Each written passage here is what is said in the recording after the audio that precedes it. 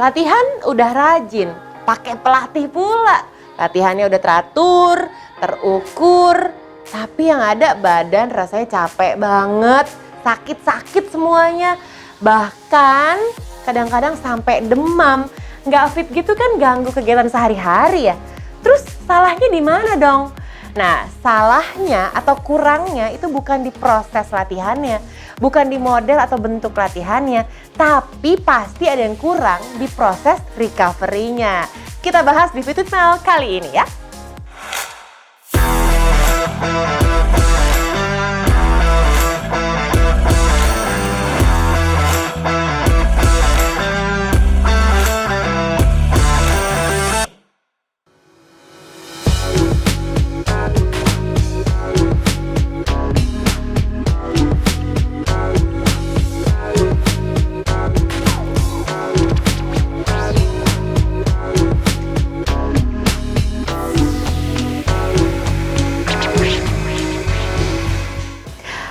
Welcome to Fit with Mel sama aku Melanie Putria. Dan hari ini aku lagi ada di Swiss Hotel Jakarta Peak Avenue.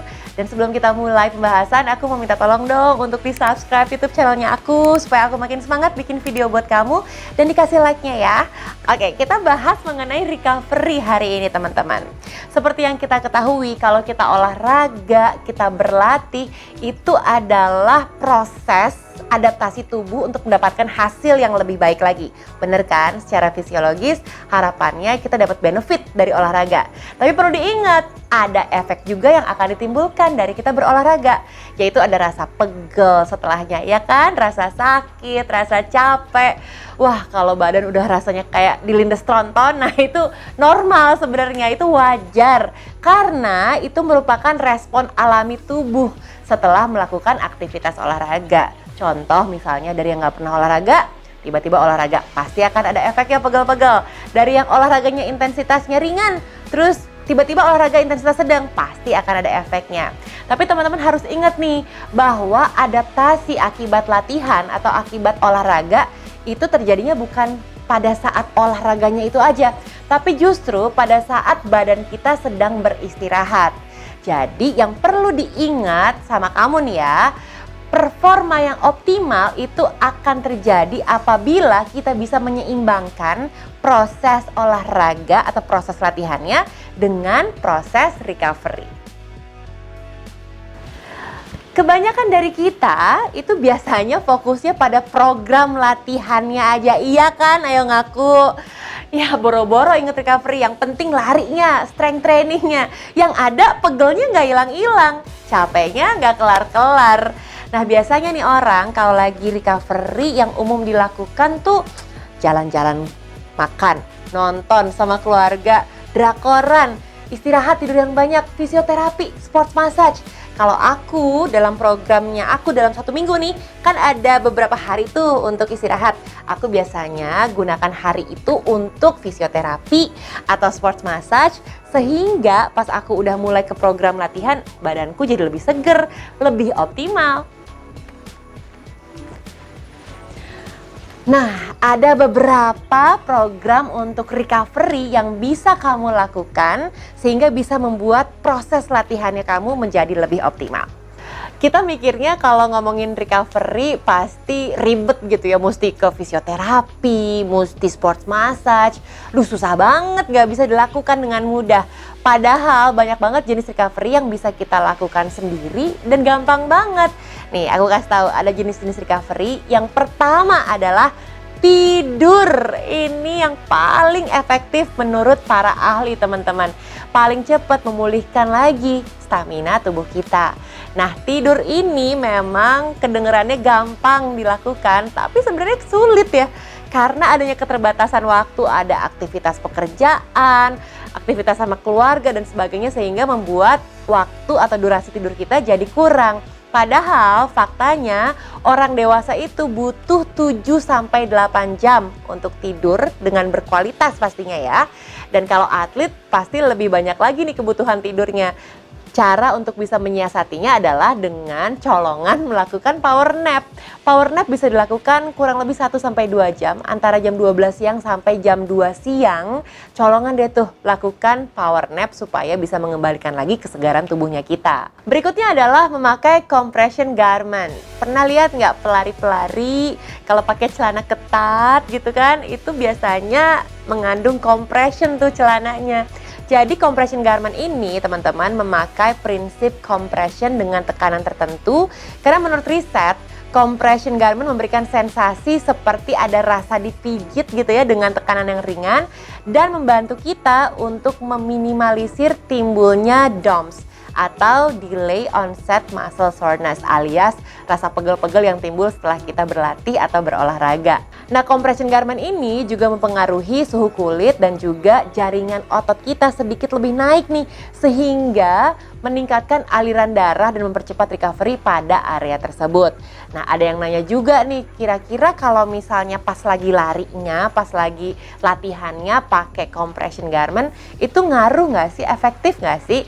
Nah, faktanya waktu yang paling tepat untuk memakai compression garment atau celana compression adalah saat kita lagi istirahat atau saat kita lagi recovery. Itu jauh lebih efektif.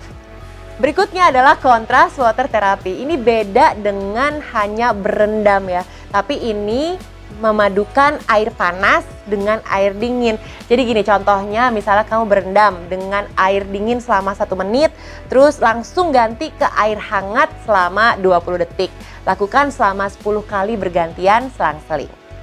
Berikutnya adalah hydroterapi atau lebih gampang kita sebut berenang.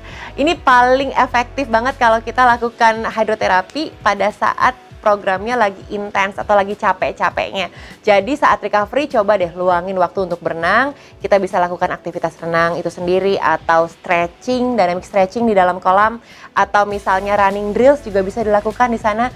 Lakukan selama 20 sampai 30 menit. Tapi kalau rasanya emang udah capek banget, teman-teman udah nggak ada daya lagi untuk berenang, coba deh lakukan proses recovery yang lainnya ya. Berikutnya adalah sports massage atau myofascial release. Jadi massage ini udah terbukti nih teman-teman efektif membuat tubuh kita pulih dengan baik selama dilakukan oleh tenaga profesional atau terapis yang profesional selama 30 menit sampai 1 jam. Nah, hati-hati kalau misalnya kita asal pijit, resiko yang bisa timbul, resiko yang bisa terjadi adalah badan kita justru malah jadi sakit-sakit karena tekniknya salah. Nah, kamu juga bisa lakukan massage sendiri dengan menggunakan tennis ball selama 15 menit atau misalnya pakai foam roller di area yang memang tidak nyaman atau terasa tight, pakai foam rollernya selama kurang lebih 15 menit. Berikutnya adalah hydration monitoring nih. Penting sekali untuk diingat bahwa saat kita latihan, kita itu akan kehilangan cairan tubuh teman-teman.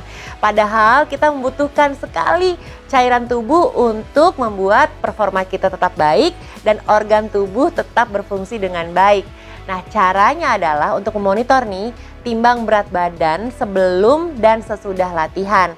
Nah, asupan cairan yang dibutuhkan itu adalah cara ngitungnya yang paling gampang, 1,5 dikali berat badan yang hilang. Jadi sebagai contoh, kalau berat badan kamu 55 kg, terus kamu timbang nih sebelum latihan 55. Setelah latihan, pas kamu timbang lagi jadi 53 kg. Artinya ada 2 kg yang hilang kan? Tinggal dikali aja 1,5 dikali 2 sama dengan 3. Artinya 3 liter cairan yang harus kamu minum sebagai rehidrasinya kamu untuk menggantikan cairan tubuh yang sudah keluar saat latihan. Minumnya dipirit-pirit aja teman-teman ya. Jadi mulai dari setelah latihan sampai sebelum tidur, pastikan kamu bisa mengkonsumsi 3 liter air sebagai pengganti cairan tubuh yang hilang. Oke, terakhir adalah nutritional supplementation nih teman-teman. Artinya asupan nutrisinya kita, makanannya kita nih penting banget untuk bisa mensupport tubuh kita agar pulih lebih cepat dan lebih baik. Jadi kita bisa tuh milih makan makanan yang sehat dengan nutrisi yang lengkap. Tapi kalau memang tidak terpenuhi nutrisinya pada solid food, pada makanan yang kita konsumsi, kita bisa juga tuh mengkonsumsi antioksidan seperti vitamin C, vitamin B kompleks, itu semua ada di suplemennya kita. Semoga apa yang aku sampaikan hari ini bisa bermanfaat untuk kamu ya. Jadi latihannya bagus, recovery-nya juga bagus, sehingga hasilnya jadi apa? Jadi optimal. Oke, aku juga pengen tahu nih teman-teman, biasanya kalau kamu ngelakuin recovery itu apa sih yang kamu lakukan? Boleh ya drop di kolom komen. Dan kalau misalnya ada pertanyaan tentang recovery juga boleh, nanti akan aku jawab. Dan kalau kamu suka banget sama videoku yang ini, tolong dikasih like-nya. Dan tolong juga di-subscribe ya YouTube channelnya aku, jadi aku bisa makin semangat bikin video yang buat kamu. Sekarang aku pamit dulu ya. Meanwhile, stay fit, stay healthy, and stay in love with Fit It Mel. Bye!